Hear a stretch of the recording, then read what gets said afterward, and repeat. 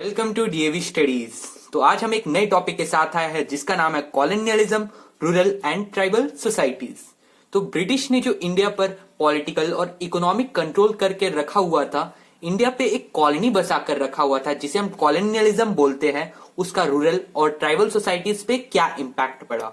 Chapter start करने से पहले मैं आपको ये बता दूं कि ब्रिटिश इंडिया कंपनी के आने से पहले रूरल लाइफ बहुत ही सिंपल और सेल्फ सफिशिएंट हुआ करती थी। रूरल या ट्राइबल लाइफ बहुत ही सिंपल और सेल्फ सफिशिएंट हुआ करती थी।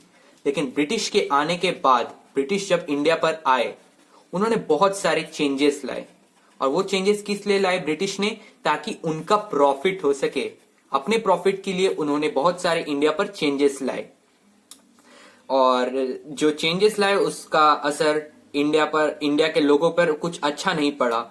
रूरल लाइफ में जो चेंजेस लाए उसका असर पीजेंट्स पे अच्छा नहीं पड़ा। ट्राइबल लाइफ में जो लाई उसका असर किस पर अच्छा नहीं पड़ा? ट्राइबल्स पे अच्छा नहीं पड़ा। मीन्स वो परेशान हो गए, और ये पीजेंट्स और ट्राइबल्स का परेशान होना ही एक रीजन था फर्स्ट वॉर ऑफ इंडिपेंडेंस का, जो कि हमें इस चैप्टर में नहीं अगले चैप्टर में पढ़ना है। तो इस वीडियो में हम रूरल लाइफ में, रूरल एरियाज में जो ब्रिटिश ने चेंजेस लाए उसके बारे में हम पढ़ेंगे। Means land revenue systems, means land में जो टैक्स कलेक्ट किया जाता था ब्रिटिश के द्वारा, उन पर उन्होंने क्या क्या चेंजेस लाए, कौन कौन से सिस्टम्स बनाए, वो सिस्टम्स के बारे में हम इस वीडियो में पढ़ने वाले हैं। और जो पहला लैंड रेवेन्यू सिस्टम्स था वो था जमींदारी सिस्टम, जिसको हम जमींदारी बोंडाबोस्ट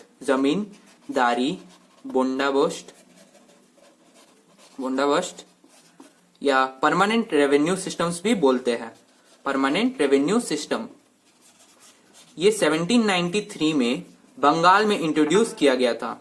1793 में बंगाल में इंट्रोड्यूस किया गया था लॉर्ड कॉर्नवालिस के द्वारा, उस समय के गवर्नर जनरल्स के द्वारा ये जमींदारी सिस्टम इंट्रोड्यूस किया गया था। तो उसका फीचर्स ये था कि जमींदार्स को ब्रिटिश लैंड का ओनर बना दिया करते थे। Zamindars were made the owners of the land. लेकिन जमींदार्स को भी रेवेन्यू जो कलेक्ट होता था पीजेंट से, उसका 89% ब्रिटिश को देना पड़ता था, और 11% जमींदार्स का प्रॉफिट हुआ करता था। लेकिन इससे पीजेंट्स का कोई फायदा नहीं हुआ करता था, क्योंकि जमींदार्स के पास पावर रहता था कि वो पीजेंट्स को लैंड से हटा दे। क्यों हटा दे? अगर वो रेवेन्यू नहीं दे रहे हो टाइम पर, तो इसके चलते पीजेंट्स को क्या करना पड़ता था? पीजेंट्स को मनी लैंड में लेना पड़ता था, लोन लेना पड़ता था, और इसी कारण पीजेंट्स का लाइफ और भी मिजरेबल बन चुका था लोन के कारण। अब फार्मर्स कर्ज में डूबने लगे थे, और इससे ब्रिटिश को भी एक नुकसान हुआ करता था, क्योंकि अब लैंड तो हेरिडिटरी जमींदार्स को दे दिया गया था। अब जमींदार्स के ऊपर ब्रिटिश इल्जाम नहीं लगा सकते थे कि वो कितना परसेंट दे रहे। मान के चलो आप 100 रुपया वो पीजेंट्स टैक्स कलेक्ट किया और उसमें से 89 रुपया दे दे, ठीक है, ब्रिटिश को।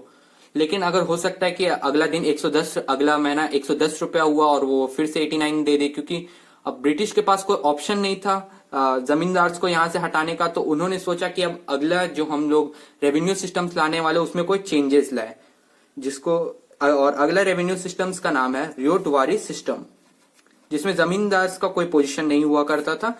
डायरेक्ट कल्टीवेटर्स से ब्रिटिश लैंड टैक्स कलेक्ट किया करती थी। तो जैसा कि मैंने बताया कि जमींदार इसमें चीटिंग भी कर लिया करती थी ब्रिटिश के साथ, खुद ज्यादा प्रॉफिट लेके उसको 89% बता दिया करती थी। तो ब्रिटिश भी अब कुछ कर नहीं सकते थे, तो उन्होंने सोचा कि अब अगले बार जो हम लोग रेवेन्यू सिस्टम लाने वाले हैं उसमें कुछ चेंजेस करें, उसमें हम जमींदार को रखेंगे ही नहीं। तो रियोटवारी सिस्टम्स में आप रियोट को ध्यान से देखिए। रियोट मतलब पीजेंट्स। इसमें क्या हुआ करता था कि डायरेक्ट पीजेंट से टैक्स लिया जाता था। पीजेंट से टैक्स लिया जाता था। कौन लेता था? गवर्नमेंट लेती थी। डायरेक्ट पीजेंट से टैक्स लिया जाता था ताकि जमींदार का कोई रोल ही ना आए। तो ये रियोटवारी सिस्टम 1820 में साउथ इंडिया में इंट्रोड्यूस हुआ था। कौन किया था इसको? Thomas Munro. इंपॉर्टेंट है, थॉमस मुनरो। कौन सिस्टम्स को इंट्रोड्यूस किया था? Thomas Munro. इससे पहले इससे पहले जमींदारी सिस्टम को लॉर्ड कॉर्नवालिस ने इंट्रोड्यूस किया था। तो रियोटवॉरी सिस्टम में भी कुछ खास नहीं हुआ पीजेंट्स के लिए, क्योंकि रियोटवॉरी सिस्टम में चाहे फसल ना भी उगे तब भी पीजेंट्स को ब्रिटिश को टैक्स देना ही पड़ता था, चाहे फसल ना भी उगे या उगे, क्योंकि इस पे टैक्स इस बात पे लिया जाता था कि आपका लैंड कितना फर्टाइल है। तो यही था रियोटवॉरी सिस्टम। ये कुछ फीचर्स है रियोटवॉरी सिस्टम का जो मैंने बताया। Under ryotwari system tax was based on potential of soil, जो कि मैंने बताया कि रियोटवॉरी सिस्टम के अंदर टैक्स लैंड कितना फर्टाइल है उसके द्वारा लिया जाता था। अगर बाढ़ आ जाए या कुछ भी हो जाए कि फसल ना उगे तब भी पीजेंट्स को टैक्स देना पड़ता था, क्योंकि उनका पोटेंशियल ऑफ सॉइल पे वो डिपेंड किया करता था, not on crops. Potential of soil पे उन्हें टैक्स देना पड़ता था। The ryots were forced to pay revenue even when there were no crops, means crops नहीं उगे तब भी रेवेन्यू देना पड़ता था, मैंने बताया ही। और ये भी मैंने बताया है कि रियोटवॉरी सिस्टम्स के अंदर डायरेक्ट कल्टीवेटर्स मीन रियोट्स जो कि पीजेंट्स है वो गवर्नमेंट को टैक्स दिया करती थी। तो ये था पूरा रियोटवॉरी सिस्टम। अगर एग्जाम में 3 मार्क्स के क्वेश्चन आती है तो आप इसे आसानी से 3 पॉइंट्स करके लिख सकते हो। तो जो तीसरा सिस्टम था जो ब्रिटिश ने बनाया था या लागू किया था वो था महलवारी सिस्टम। तो महलवारी सिस्टम 1822 में हॉल्ट मैकेंजाई के द्वारा लागू किया गया था। हॉल्ट मैकेंजाई ने सेंट्रल इंडिया, पंजाब और नॉर्थ वेस्ट प्रोविंसेस में महलवारी सिस्टम को लागू किया हुआ था। तो महलवारी सिस्टम जो था वो मॉडिफाइड वर्जन था जमींदारी सिस्टम का। मींस ये जमींदारी सिस्टम का ही मॉडिफाइड वर्जन था। जिस तरह जमींदारी सिस्टम में ब्रिटिश लैंड का ओनर बनाया करती थी जमींदार्स को, इसमें भी ब्रिटिश लैंड का ओनर बनाया करती थी। लेकिन इसमें कोई एक जन लैंड का ओनर नहीं रहता था, इसमें एक पूरा विलेज लैंड का ओनर हुआ करता था, जिसे ब्रिटिश ने महल नाम दे रखा था। क्योंकि ब्रिटिश का ये मानना था कि क्योंकि सारे फॉरेस्ट और लैंड विलेज कम्युनिटी पे बिलोंग करते हैं, तो टैक्स देने का जो रिस्पॉन्सिबिलिटी है वो भी पूरे विलेज को होना चाहिए। तो यही था महलवारी सिस्टम। महलवारी सिस्टम का ये फीचर्स है, 3 पॉइंट्स मैंने लिख दिया है, ये आप याद कर सकते हैं।